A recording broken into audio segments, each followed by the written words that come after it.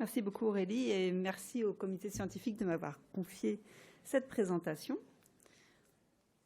J'ai déjà lancé la présentation, mais ça passe pas. Donc moi, j'ai le rôle de l'introduction et avec un brossage rapide en 10 minutes de l'ischémie-reperfusion. Donc l'ischémie, comme vous le savez, c'est une privation couplée d'oxygène et de substrat pour un organe ou un tissu. Et puis surtout, il y a une phase de reperfusion qui est une phase majeure sur laquelle on va beaucoup insister, qui est caractérisée par des événements cellulaires locaux ou systémiques, et avec des mécanismes complexes qui ne sont pas complètement connus et élucidés, mais il y a de l'inflammation, des altérations métaboliques, des expressions géniques très complexes. Ce qui est certain, c'est qu'il y a une grande hétérogénéité de la sévérité des lésions en fonction du contexte, parce que des tissus sont différentiellement sensibles à ce processus physiopathologique, et puis parce que nos patients ont des comorbidités, et puis ils ont des médicaments qui interagissent avec ces mécanismes lésionnels. Et on verra pas, mais peut-être que les futurs orateurs insisteront sur ces aspects-là, parce que effectivement les modèles expérimentaux ont du mal à reproduire la complexité de nos patients, en particulier à cause des comorbidités des médicaments qui peuvent interagir. L'ischémie-reperfusion, dans notre discipline et dans notre quotidien, c'est un champ d'application extrêmement large, en pathologie, en transplantation et avec des stratégies de conditionnement. Donc vous allez le trouver dans, bien sûr, l'arrêt cardiaque, dans des prises en charge de traitements avec des occlusions vasculaires, en particulier dans les artères cérébrales et les artères coronaires, avec des stratégies de thrombectomie, de revascularisation, la traumatologie aussi, et puis bien sûr la transplantation.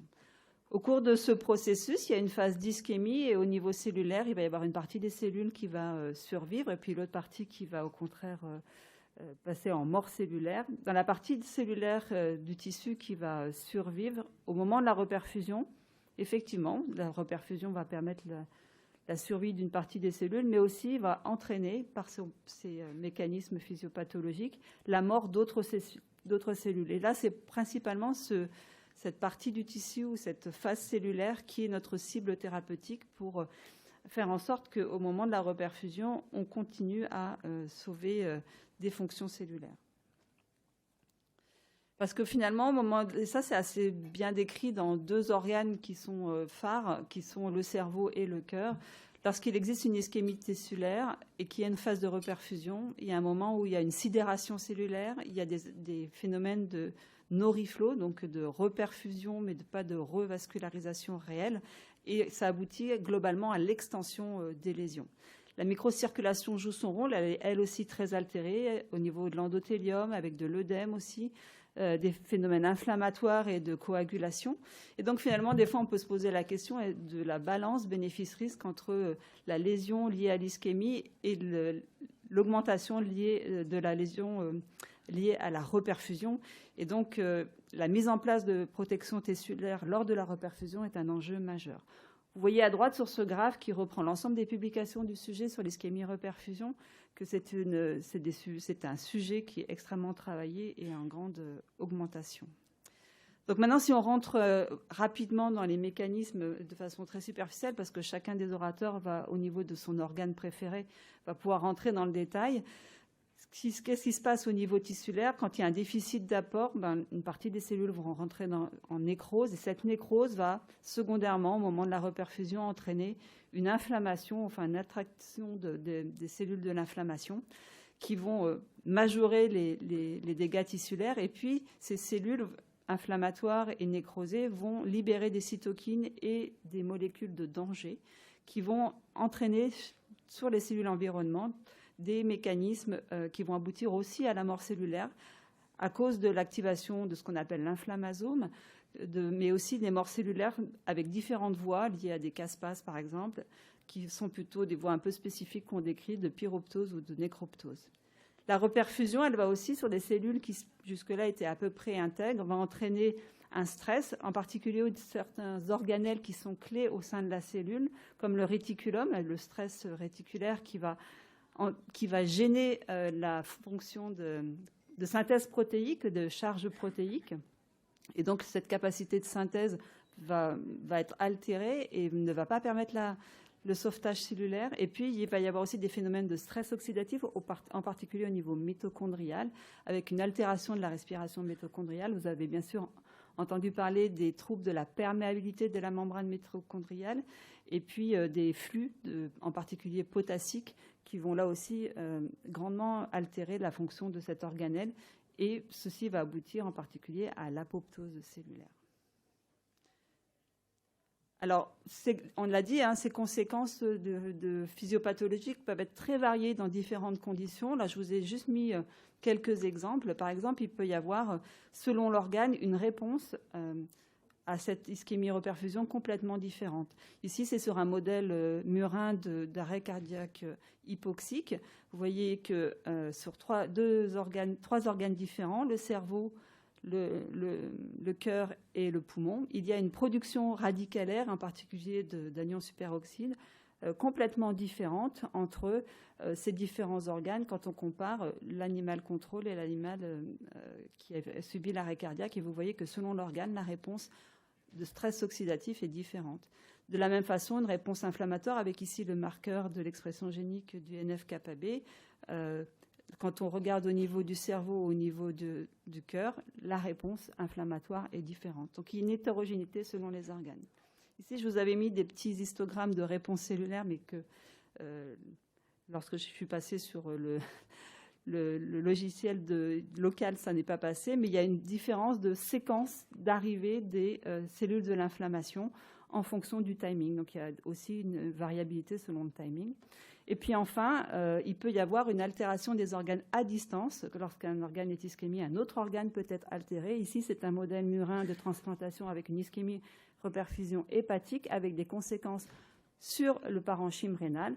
Ici, en termes là aussi d'enzymes du stress oxydatif, de développement de l'apoptose ou encore de production d'IL-6 au niveau du tissu rénal. Donc, un organe à distance du phénomène de l'organe touché par l'ischémie-reperfusion peut être touché. On a plusieurs axes thérapeutiques pour répondre à ce phénomène physiopathologique. On peut faire de la protection, en particulier à visée mitochondriale, pour maintenir l'intégrité mitochondriale. Il y a bien sûr la cyclosporine et puis des inhibiteurs de la perméabilité des pores de la mitochondrie. Il peut y avoir des stratégies de conditionnement. Il peut aussi y avoir des stratégies avec des RNA non codants d'interférence dans les processus cellulaires, en particulier dans les voies de l'inflammation. Il peut aussi y avoir la libération d'exosomes, qui sont des particules membranaires chargées en protéines, qui sont libérées par tout type de cellules stressées, qui peuvent aller vers d'autres organes et modifier la fonction d'autres organes, avec en particulier des fonctions anti-inflammatoires. Donc, on a plusieurs stratégies thérapeutiques. Quand on a de l'ischémie, on peut faire un clampage intermittent pour essayer de limiter l'ischémie. Bien sûr, ça, c'est quand on est capable d'être dans une condition programmée, quand on n'est pas en situation d'urgence. Quand on fait au moment de la reperfusion, il peut y avoir des stratégies de reperfusion différentes en quantité d'oxygène, l'administration d'antioxydants, mettre des inhibiteurs de stress cellulaire, en particulier sur le métabolisme potassique ou calcique, de la déplétion des polynucléaires, faire de l'hypothermie, et bien sûr, il y a une place pour les anesthésiques au moment de la reperfusion. Et puis, on peut faire des mesures de conditionnement. C'est quoi le conditionnement? C'est un stress métabolique ou une ischémie qui est sublétale, c'est-à-dire que ça va entraîner un stress des organes et des cellules qui vont mettre en œuvre des processus qui vont secondairement, lorsqu'il y aura la vraie agression, seront protecteurs à ce moment-là. Et ça confère une résistance des organes et des tissus à l'ischémie. Et on peut faire ça en pré-agression, donc pré-conditionnement, pendant l'agression ischémique, au contraire, après, en post-conditionnement. Et là aussi, il y a toutes sortes de stratégies possibles, soit des stratégies d'ischémie, ce qu'on appelle la cross-tolérance, c'est-à-dire quand on stresse avec une certaine modalité qui n'est pas de l'ischémie, comme la chaleur, par exemple, ou au contraire le froid. Il peut y avoir, bien sûr, l'activité physique et, bien sûr, des expositions à des médicaments qui peuvent conditionner le tissu. On peut faire aussi ça en post-conditionnement. Toutes ces stratégies ont eu des résultats assez prometteurs au plan expérimental dans certaines cohortes de patients. Mais en revanche, à grande échelle, aucune n'a été vraiment retenue pour le moment. Donc, ça prouve bien qu'on a encore un problème de caractérisation de ces phénomènes pour vraiment les appliquer aux bons patients et au bon moment. Ces phénomènes de conditionnement, ils font appel à différents types de mécanismes, soit des facteurs de transcription et donc une réponse génique, soit une réponse métabolique, de l'anti-inflammation ou encore des mécanismes à distance en modifiant des organes à distance pour avoir une action sur l'organe cible. Je ne vais pas détailler, mais vous avez ici des références qui détaillent très très bien ça.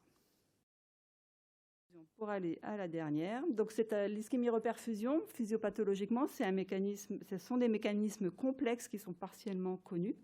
Il y a de nombreux facteurs impliqués, et en particulier le temps de l'ischémie, les délais de la reperfusion, les comorbidités des patients, les thérapeutiques que prennent les patients. Il y a une spécificité de réponse de l'organe à cette agression. Les organes n'ont pas la même réponse. Et pour nous, il y a de nombreuses opportunités thérapeutiques et de prise en charge, avec bien sûr l'administration de thérapeutiques au moment de la reperfusion, mais aussi des stratégies de conditionnement. Et bien sûr, tout cela est à mettre en place en fonction du contexte urgent ou programmé qui est considéré. Je vous remercie.